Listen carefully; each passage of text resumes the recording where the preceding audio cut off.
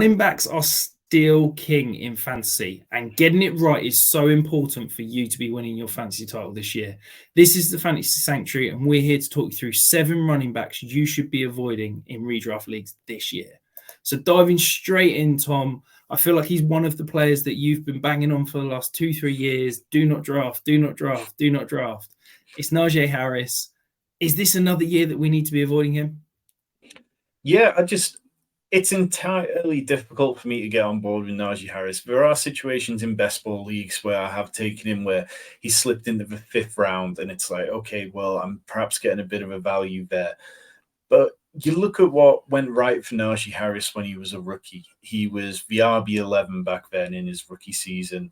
And so much of that came as a result of Big Ben just being a complete statue. He just peppered Najee Harris with targets. He had 90 targets that season, average depth of target of minus 0.2 yards.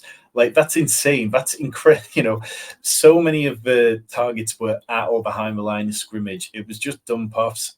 Big Ben had no mobility, so he had to lean into that. This offensive line, it's going to be slightly better, but it's still going to be a bottom 10 unit. So how much are the Steelers going to be able to run the ball? I don't know. You look at what Jaylen Warren did. He seized his opportunity to take a bigger workload last year when Harris was injured.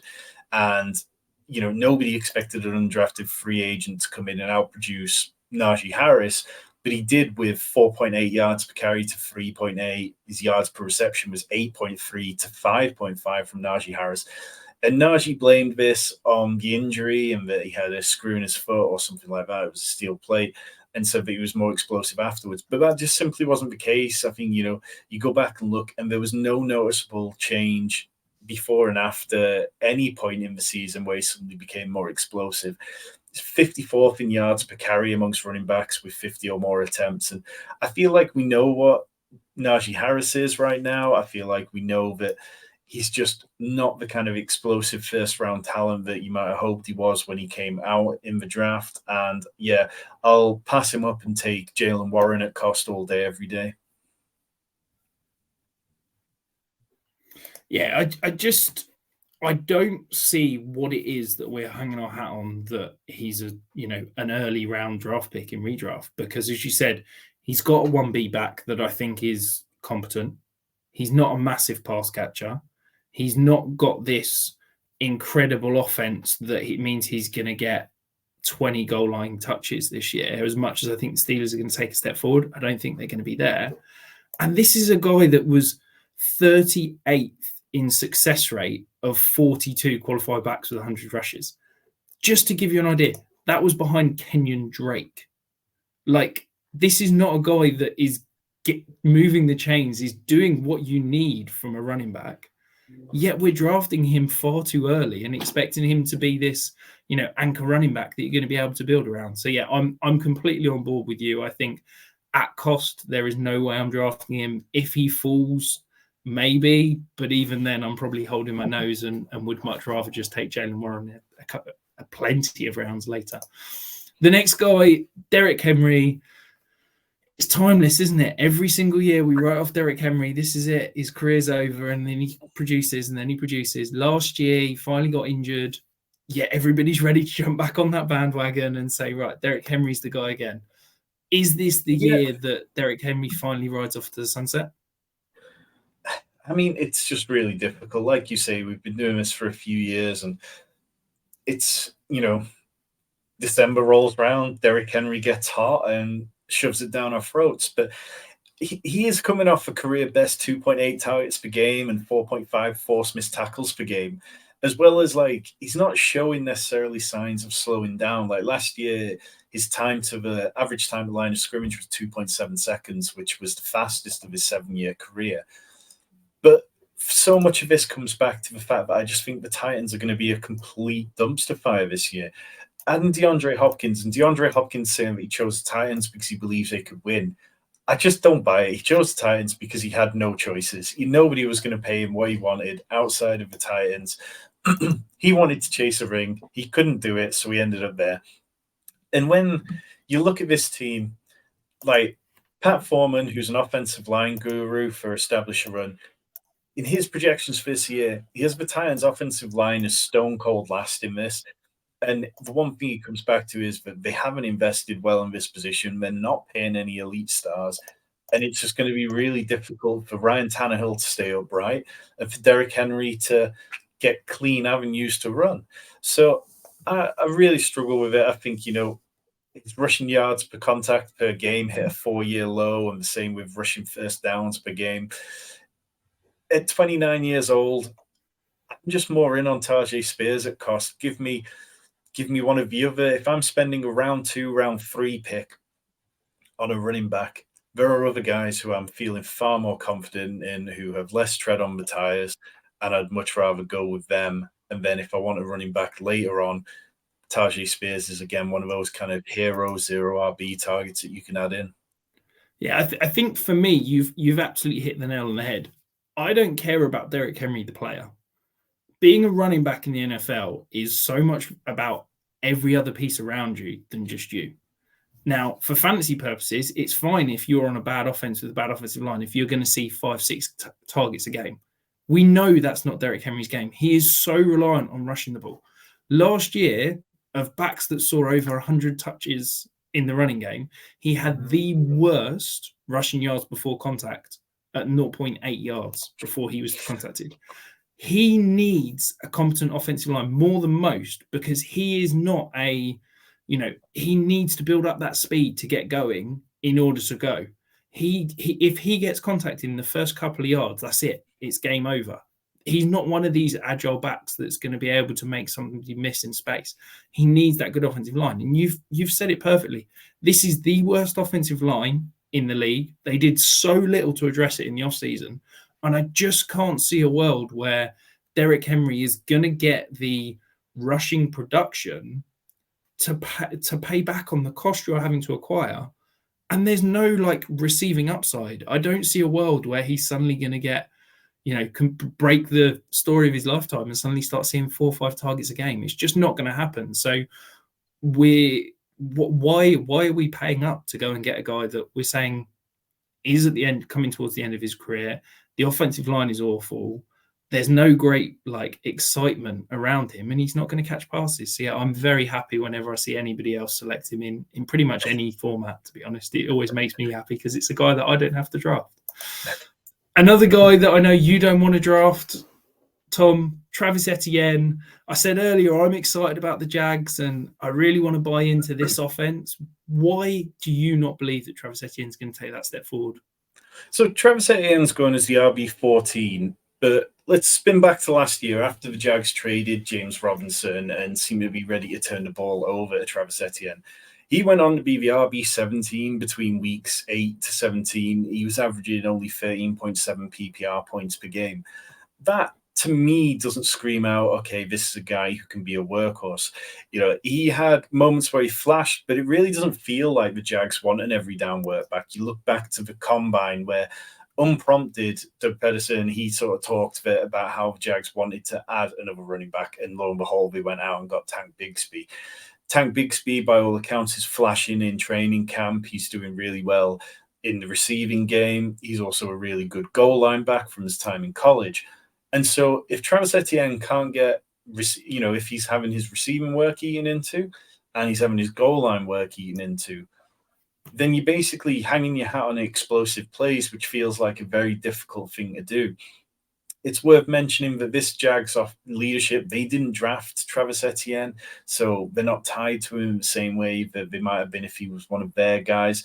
And also Trevor Lawrence, he doesn't even check down that often. They target running backs at the 5th lowest rate in the league, and it just feels like there's so much kind of wish casting of what we know Travis Etienne's ability was in college and how good he was there, and hoping that he could turn into a real league winner. But you go back to the last time that the Jags were on the field in the playoffs, Jermichael Hasty outsnapped Travis Etienne against the Chiefs. It was 57% to 43%.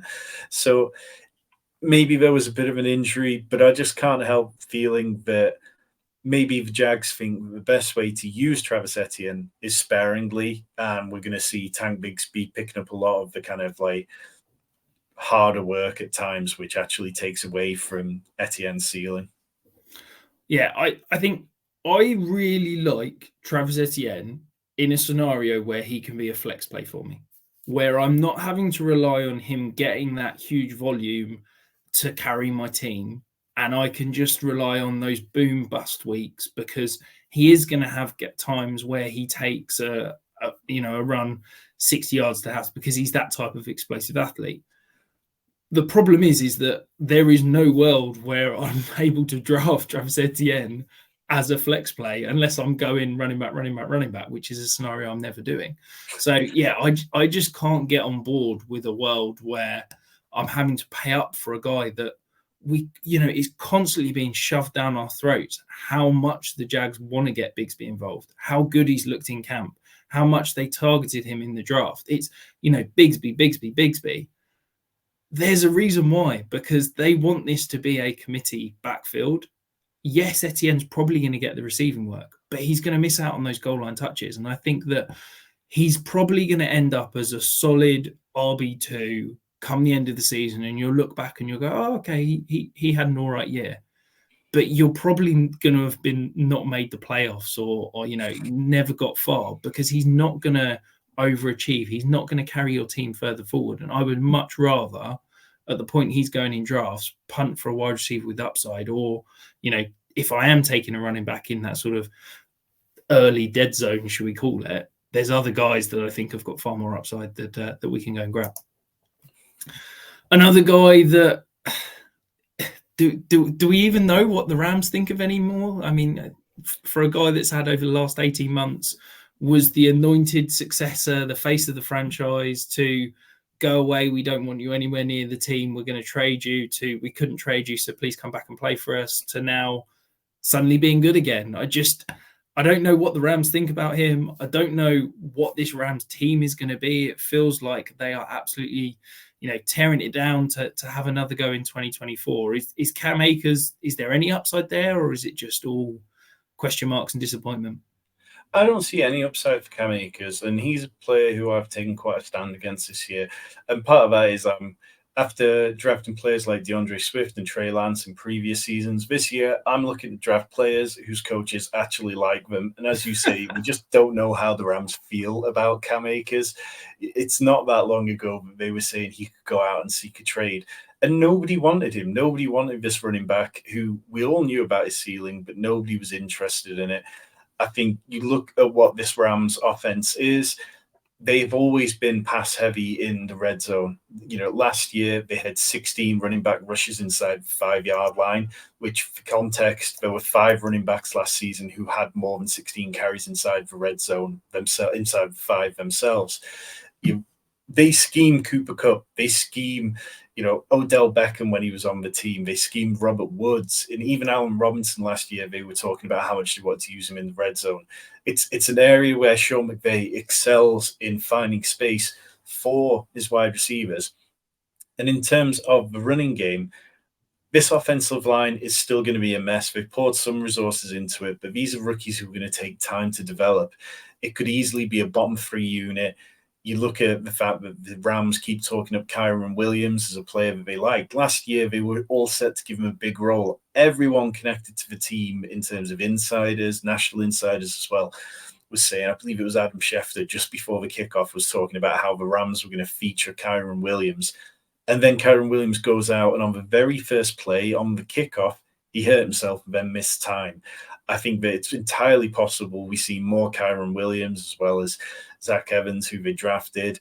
And if your argument in favor of this is saying, okay, well, they've got a new offensive coordinator in LaFleur, well, he leaned pretty pass heavy with the Jets last year in the red zone too. So I think if you can't give me a reliable goal line role, if you're not sure that the passing game role is going to be there for Cam Akers, then I'm just not really sure what the role is. And I'm not really that interested.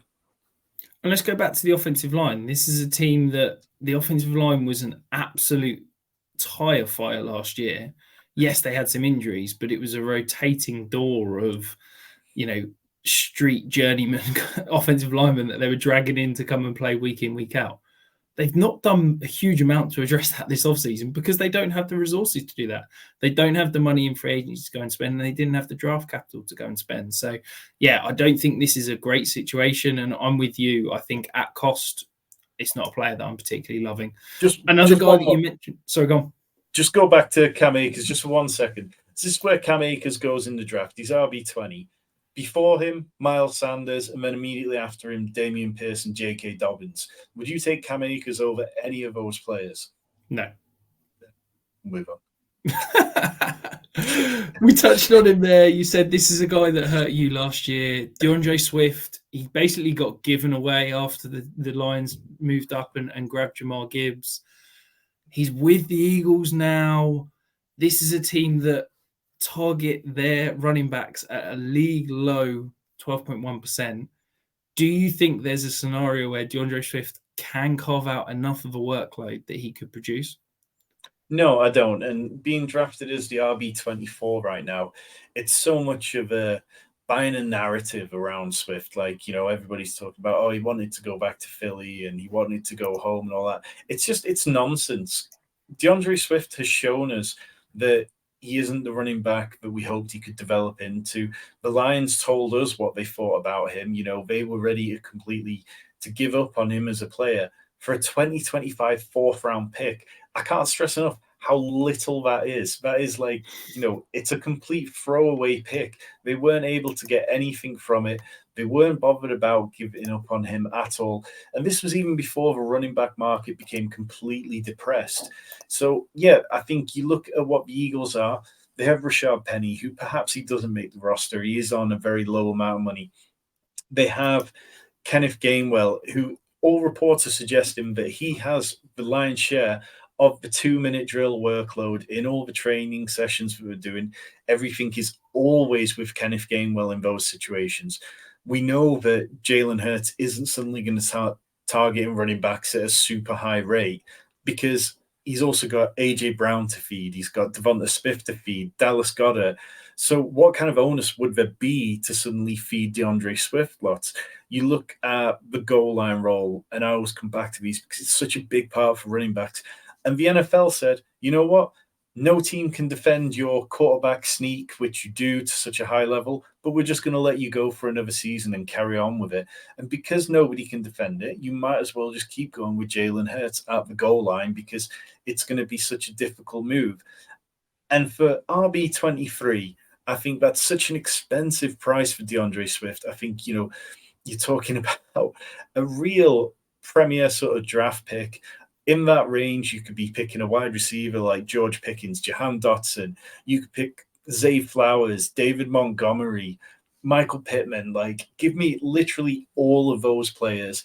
And I would rather take a running back shot on David Montgomery, who goes one pick later, who replaced him in Detroit. Or I would rather go even James Conner, who is a couple of picks later, who at least has a clear path to seeing volume. DeAndre Swift has none of that. Yeah, I think for me, when I'm looking at running backs, yes, volume is important, but also I'm looking at those high-value touches. Are they going to get a huge amount of carries? DeAndre Swift? No. Is he going to get the goal line work? DeAndre Swift? No. Is he going to get the passing game work? DeAndre Swift? No. So what am I holding my hat on that is a reason to draft him? He's not going to be a huge volume player, and he's not getting those high-value touches, which means he's not going to be efficient enough to pay back on his current cost. So he's an easy fade for me. I didn't want any part of this Philadelphia backfield unless it's a late round flyer.